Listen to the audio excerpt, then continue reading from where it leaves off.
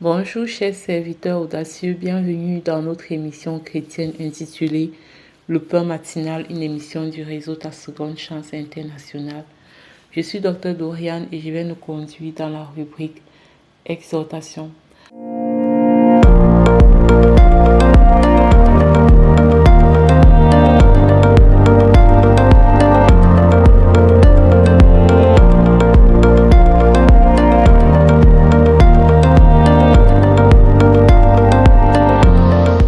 Alors, bien-aimés dans le Seigneur, chers serviteurs audacieux, aujourd'hui, nous allons parler de la relation qu'il y a entre la blessure du rejet, la dépendance affective et l'impudicité ou tout simplement le péché sexuel.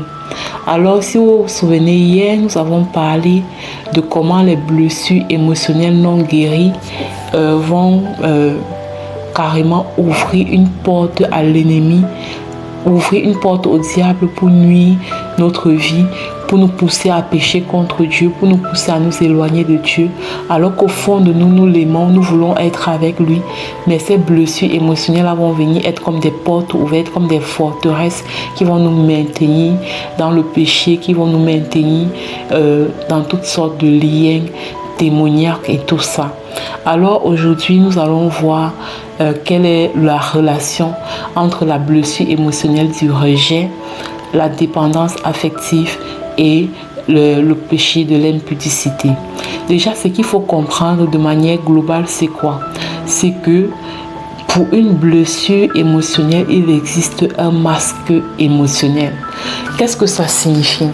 C'est un peu comme quand tu étais blessé, peut-être dans ton enfance, tu as vécu une blessure de rejet.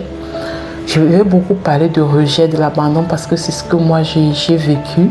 D'accord? Comme ça, je pourrais prendre des exemples sur ma propre vie. Donc, quand tu es une personne qui a vécu, par exemple, la blessure de rejet, et que à un moment donné, pendant que tu évolues, tu n'es pas suffisamment conscient de ce que tu as vécu, cette blessure de rejet, pour travailler sur toi et travailler à ta guérison. Ce qui va se passer, c'est quoi? C'est que tu vas vivre avec un masque émotionnel. Ça signifie que aussi longtemps que tu auras cette blessure de rejet, pour pouvoir t'en sortir en société, pour pouvoir continuer à avancer en société, tu vas développer un masque émotionnel. Le masque émotionnel, c'est, je vais vraiment parler avec des mots très simples. C'est un peu comme cette protection entre guillemets qu'une personne blessée va utiliser pour ne plus avoir à souffrir à nouveau. D'accord? Je dis ça vraiment simplement comme ça. Le masque émotionnel, c'est comme une protection entre guillemets qu'une personne qui a été blessée va employer pour ne plus être blessée à nouveau. Et en fonction des différentes blessures que j'ai citées hier, que ce soit le rejet, l'abandon, l'humiliation, la trahison, l'injustice, en fait, chaque blessure émotionnelle a un masque émotionnel correspondant que la personne blessée va manifester en société. Alors, cela nous introduit dans notre point de ce jour. Alors, une personne qui souffre de la blessure du rejet, le masque émotionnel qu'il va utiliser, c'est le masque émotionnel, c'est la dépendance affective. Et tout à l'heure, lorsque je parlais du masque émotionnel, j'étais en train de dire que c'est une protection entre guillemets. Pourquoi? Parce qu'en réalité, ce masque émotionnel n'est pas vraiment une véritable protection. La personne qui souffre du rejet se dit que en employant le masque émotionnel de la dépendance affective, voilà, ça va éviter qu'elle revive encore la blessure. Mais dans le vécu, nous constatons que ceux qui emploient ces masques émotionnels vont, au lieu d'être protégés comme ils se disent, comme ils pensent, ils vont attirer davantage à eux des personnes qui vont davantage encore les blesser.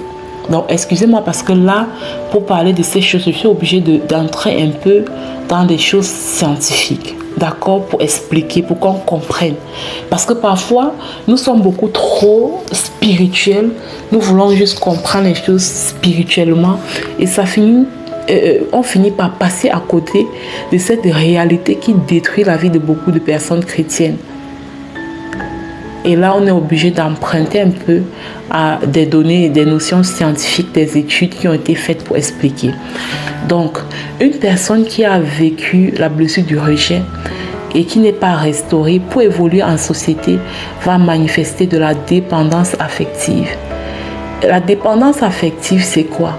C'est une personne, donc, c'est une personne qui va agir de manière à vouloir toujours obtenir l'acceptation, l'approbation, la validation des personnes qui sont autour d'elle, de peur d'être rejetée à nouveau. Donc, c'est une personne, par exemple, qui est toujours en train de dire oui. C'est une personne, par exemple, qui est toujours en train d'être disponible pour les autres au détriment d'elle-même. C'est une personne, par exemple, qui est toujours en train de se plier en quatre, qui renie ses propres besoins. Parfois, elle ne connaît même pas ses propres besoins et elle est toujours présente pour les besoins des autres. Elle a besoin d'être validée. Elle a besoin d'être acceptée. Elle a besoin de reconnaissance. Elle a besoin qu'on applaudisse et qu'on reconnaisse ses efforts.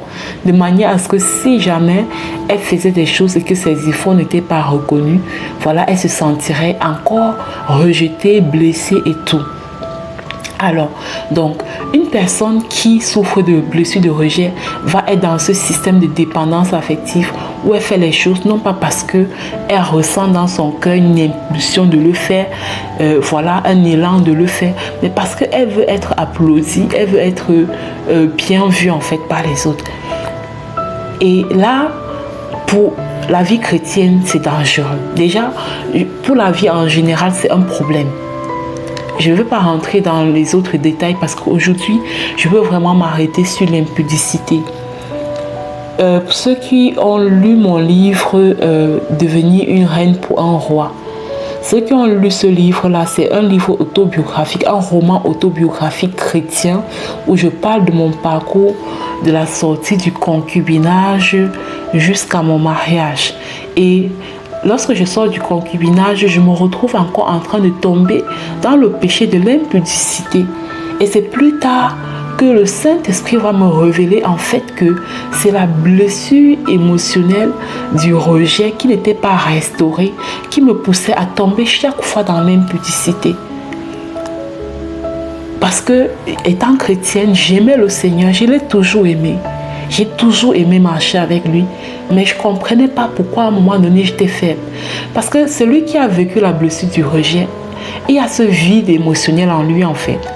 Et à un moment donné, il aura toujours envie toujours ce besoin d'être toujours avec, par exemple, si c'est une femme, d'être toujours accompagnée d'un homme, d'avoir toujours un amoureux, d'avoir toujours quelqu'un qui est à côté d'elle, quelqu'un. Et c'est comme ça que ce rapprochement avec les personnes de l'autre sexe, ça va finir.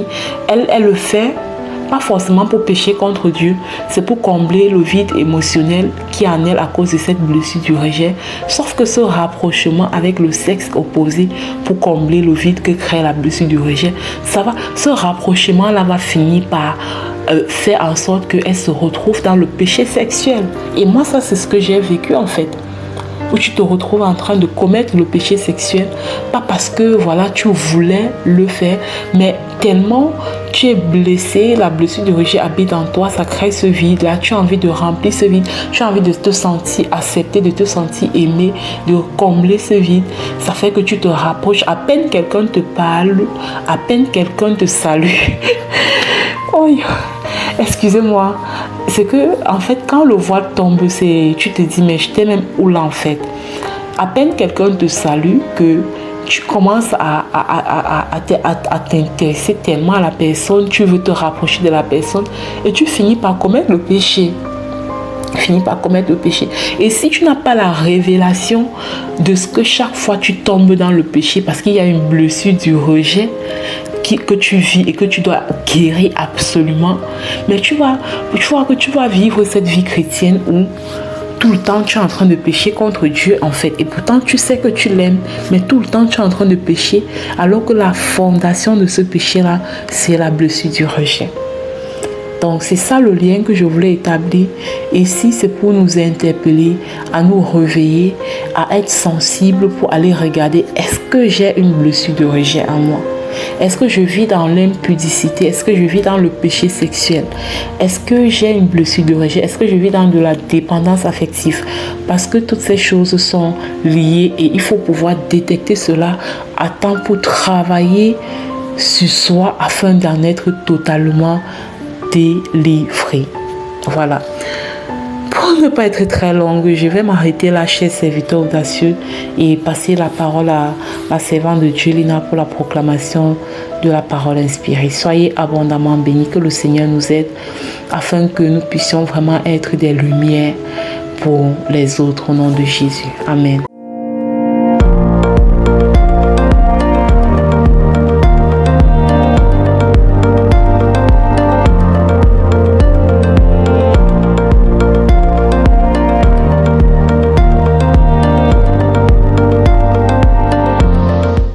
Bienvenue à cette deuxième partie de l'émission Le Pain Matinal du réseau Ta Seconde Chance International.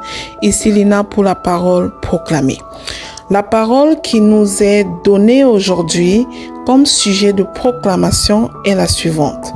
Celui qui perdra sa vie à cause de moi la retrouvera.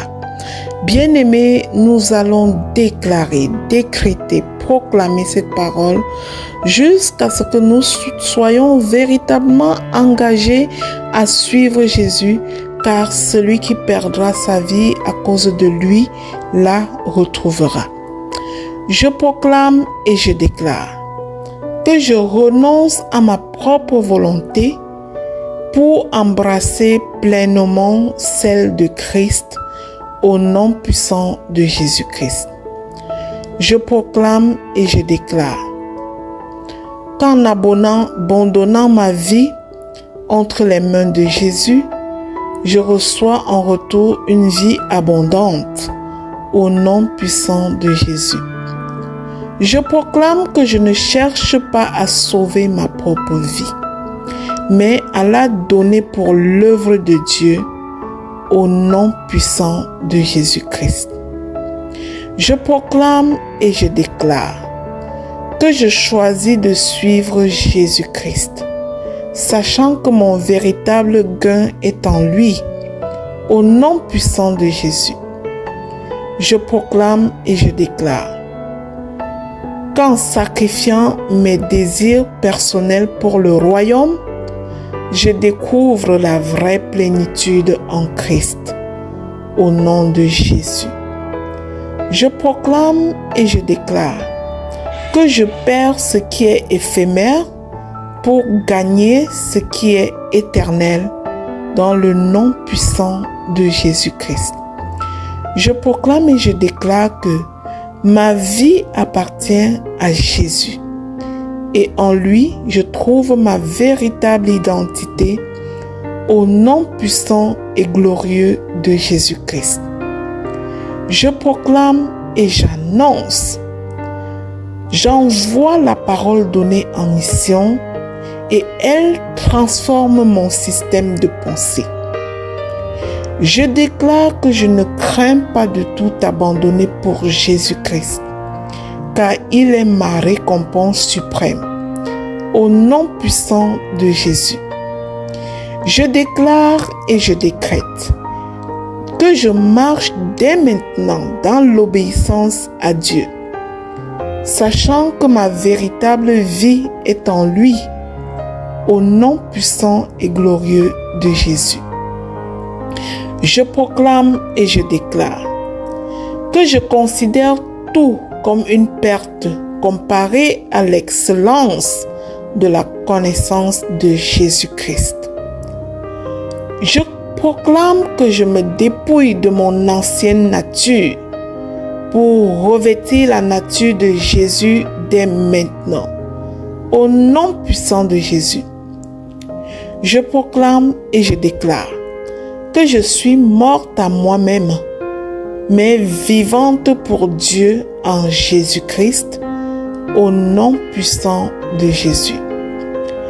Je décrète et je déclare que je perds ma vie selon les standards du monde, mais je la retrouve dans le plan divin selon les standards du royaume, au nom puissant de Jésus-Christ. Je déclare et j'établis.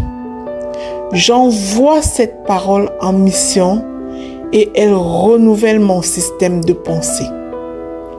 Je fais confiance à Dieu pour me restaurer et me conduire sur le chemin de la vie éternelle. Au nom puissant de Jésus, je proclame et je déclare que je choisis de vivre pour Christ, sachant que mon plus grand trésor est en lui. Au nom puissant et glorieux de Jésus. Bien-aimé, permets-moi de prier pour toi. Alors que tu as proclamé tout ceci, je prie que ta vie abandonnée entre les mains du Seigneur soit remplie de sa gloire et de sa paix. Que ton histoire soit tellement éloquente et un sujet de transformation pour les autres personnes qui ne connaissaient pas Jésus. Si cette émission, le pain matinal du réseau Ta Seconde Chance International, te bénit, je te prie de la partager autour de toi afin de devenir à ton tour un canal de bénédiction pour les autres. Que ces proclamations soient scellées dans le sang de Jésus. Qu'elles reviennent à chaque vie, à chacune de nous, avec exaucement au nom puissant et glorieux de Jésus. Amen, amen, amen.